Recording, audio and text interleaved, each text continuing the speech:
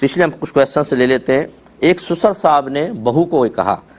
کہ تم پر شوہر کی بات ماننا ضروری نہیں، بلکہ اس کی ماں یعنی اپنی ساس، اپنی بیوی کا کہہ رہے ہیں، تمہیں اپنی ساس کی بات ماننا لازم ہے، کیونکہ وہ تو تمہارے شوہر کی بھی جنت اور دوزخ ہے، اس کی بات ماننا فرض ہے۔ ساس کو ناراض نہیں کر سکتے، شوہر کو بے شک تم ناراض کر دو۔ کیا سسر صاحب کا یہ بھاشن درست ہے یا نہیں ہے؟